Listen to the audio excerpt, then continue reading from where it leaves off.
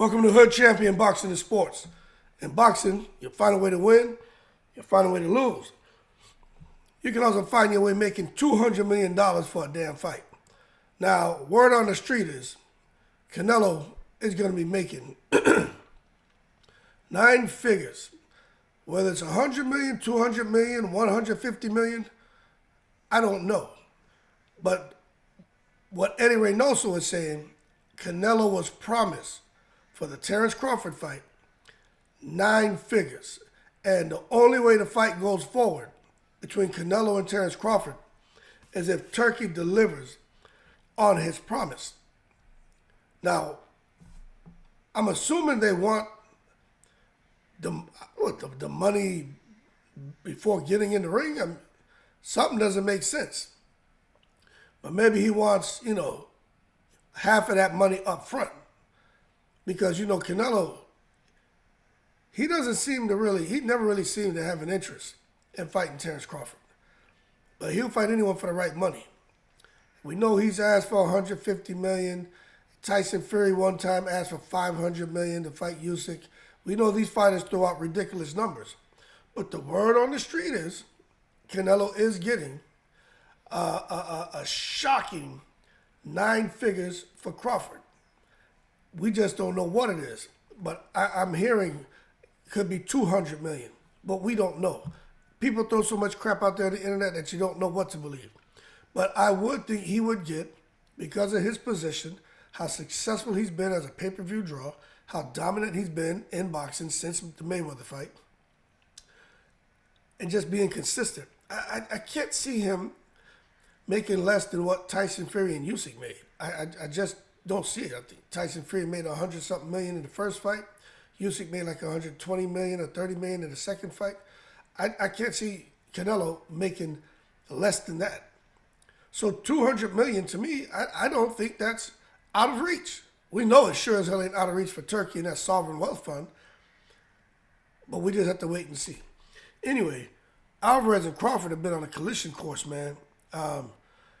Especially over the last few weeks, man. It seems like they're finally gonna try to scrap. And I think what makes this so interesting is that both of them are leading pound for pound fighters in the sport of boxing. Some would argue that Terence is number one. Others would say Canelo's number one. I don't think he's number one, but I think they're both pound for pound greats, and they're both active, and they deserve to be in that conversation. But when you're talking about Canelo and Turkey Al-Sheikh, if Canelo's really going to make $200 million or $150 million or whatever he's going to make for this Crawford fight, that's just for one fight, and supposedly he's inked a 3-fight deal with Turkey Al-Sheikh. So how much is this 3-fight deal worth? Let me tell you, by the time Crawford's done with Turkey Al-Sheikh and those 3 fights, I'm not Crawford, Canelo. Canelo will probably be a billionaire. He will probably be a billionaire. And he probably would have made, what I mean by that is he would have made $1 billion from boxing. Especially if this man's getting something like $200 million. And remember, I can't even say that I don't believe that because we're talking about Saudis. We're talking about Turkey Al-Sheikh. And when Turkey's in the house, every day is Thanksgiving. They print their own money over there. You think he's worried about $200 million? Anyway, Crawford's been pushing for this fight for several months. He's been telling us he's going to move up a couple weight divisions. He has no problem doing that. He's even went out there and defended himself where Canelo was basically saying Crawford's too small. He's a great fighter, but his weight division for a reason. And Crawford's like, look, I jumped up 2 weight divisions. I went from, I started at 135, went to 140, went to 147, went to 154, and dominated. At 154, I won my fight. Canelo jumped up from 168 to 175, and he lost to Bivol. So Canelo has no place to talk because I jumped up and won. He jumped up and lost. And what Crawford is saying is the truth, okay? And for those of you who are saying, well, Bivol's a more difficult fight than Madrimov. How about this? Madrimov sparred Bivol and was giving Bivol the business as he was helping Bivol prepare for Canelo. So I don't think that's a fair argument, all right? Anyway, Crawford will be challenging Canelo for his unified super middleweight world titles. which I'm glad to see. Unfortunately, it's not for undisputed because that guy Skull came in and and scooped one up. But it is what it is. But I just think this fight is going to do amazing numbers, man. And I think this may be one of those commercial blockbusters. Hopefully, Turkey Al-Sheikh doesn't have anybody performing songs. No Eminems, no Jennifer Lopez, no Busta Rhymes, no Missy Elliott. We don't want to see that bullshit. If you're gonna do something, if you're gonna bring a comedian in, let us goddamn laugh into the main event, or just don't do nothing at all. But stop with the entertainment. I personally don't care about it. Shit is whack. Makes you want to turn off the TV. Anyway, no matter what we think about Turkey Al-Sheikh and the entertainment piece of the shows that he thinks is vital for the show being a success. If it wasn't for Turkey Al-Sheikh, man, I just don't think that these talks between both camps would have really opened up, man, because it really is all about money for both of these fighters, man. And both Alvarez and Crawford, have since, they didn't just open the door for the fight. They've just blown the doors open, kicked them shits off the hinges, and there's just been significant progress made. And now talks are at a point to where it looks like it's about to be finalized. It sounds like the only thing holding it up right now is that Canelo may want a part of that money put in his account, like, immediately. It seems like Canelo's like, look, y'all not going to, bait me in and hook me for a fight and then come in and not give me my money. Makes me wonder, too, why is Canelo worried about the money? Is something happened at PBC where Canelo's going through what other fighters have talked about, where you don't get all your money up front, your money gets slowly to you over year after year? Now, Canelo hasn't said that, but it does make me wonder. I've never heard Canelo talk about money and worry about money.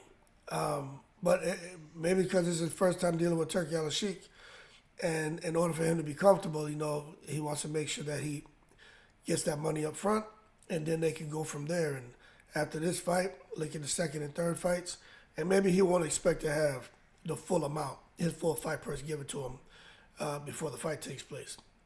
I don't disagree with Canelo at all. I think that's smart, especially if you can get at least half of it up front or whatever.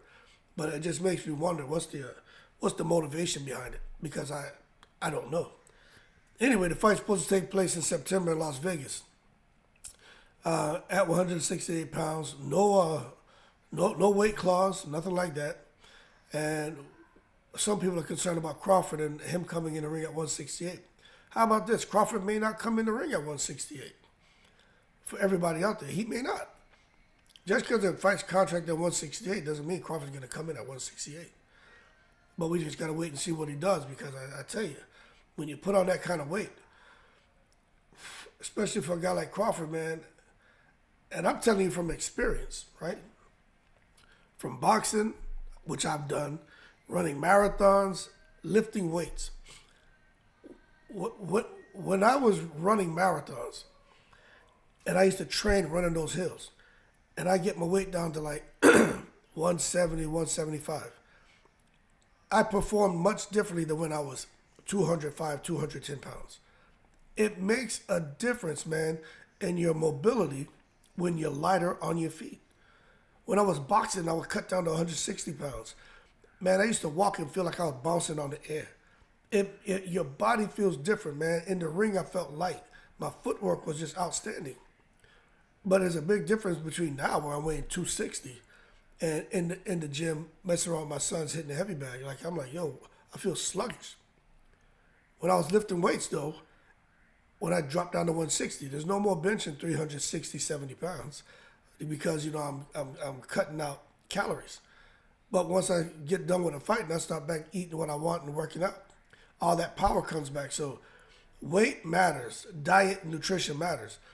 But that being said, I think that's a positive and a negative for Crawford. The negative would be he'll be a little heavier on his feet, so I don't think he'll be as agile and as mobile. The plus is he'll be, full of calories and probably stronger than ever. So we just got to see how this whole thing plays out. But rehydration clause won't be on the contract, and you could see Canelo. He may decide to come in the ring you know, significantly larger on fight night, which again could have some pros for Canelo, but could have some cons as well. Anyway, we'll see. Canelo's supposed to be having his first fight with Turki Al-Sheikh. We'll see him return in May. And I'm not sure, but everybody keeps talking about William Skull. And I tell you what, I would not be surprised if Canelo clashed with Skull just to become undisputed again, to make that fight with him and Crawford even more interesting, because now Canelo would have become a three-time undisputed, and then Crawford would have an opportunity to become a three-time undisputed by fighting Canelo. That would be very interesting. That would be very interesting. But nevertheless, no doubt it's going to be one of the biggest fights in the sport right now. I think globally, but not just in the U.S., I think everywhere is going to be a huge interest in seeing Canelo and Crawford fight. And I'm glad to see Crawford getting this opportunity. Hopefully it happens. But Canelo definitely, look, he's a technical operator in the ring. Canelo is. And Crawford is as well. But Canelo should be the favorite in the fight. And from Crawford going to 154, jumping up now to 168, being 37 years old, back end of his career, I don't know how much longer Crawford can push. But win or lose in this fight with Canelo, he's going to be okay, because this is how you sail off into the sunset. Whether he wins or he loses, you sail off into the sunset making damn near 9 figures. And that's in addition to all the money you've made. And Crawford will be good to go, believe you me. But there's one person out there who believes Crawford's going to win, and that's Shakur Stevenson. He just feels Crawford has a style to beat Canelo despite the physical adaptations that he needs to make. I'm going to tell you, I don't know. I think Crawford has a good chance to win. They have a good chance to knock him out. But I think Canelo has a better chance of getting the knockout and winning if Crawford's legs don't function the way they normally function. Then he's going to be in trouble. But if they do, and Canelo chooses to come in there heavier than usual, oh boy, Crawford has a really, really good chance to get the win. Anyway, lucrative paydays for both of them. Could be $200 for Canelo. Crawford may get $100 himself. And that's just for the one fight. Absolutely amazing. Y'all keep cool. I'm in the breeze.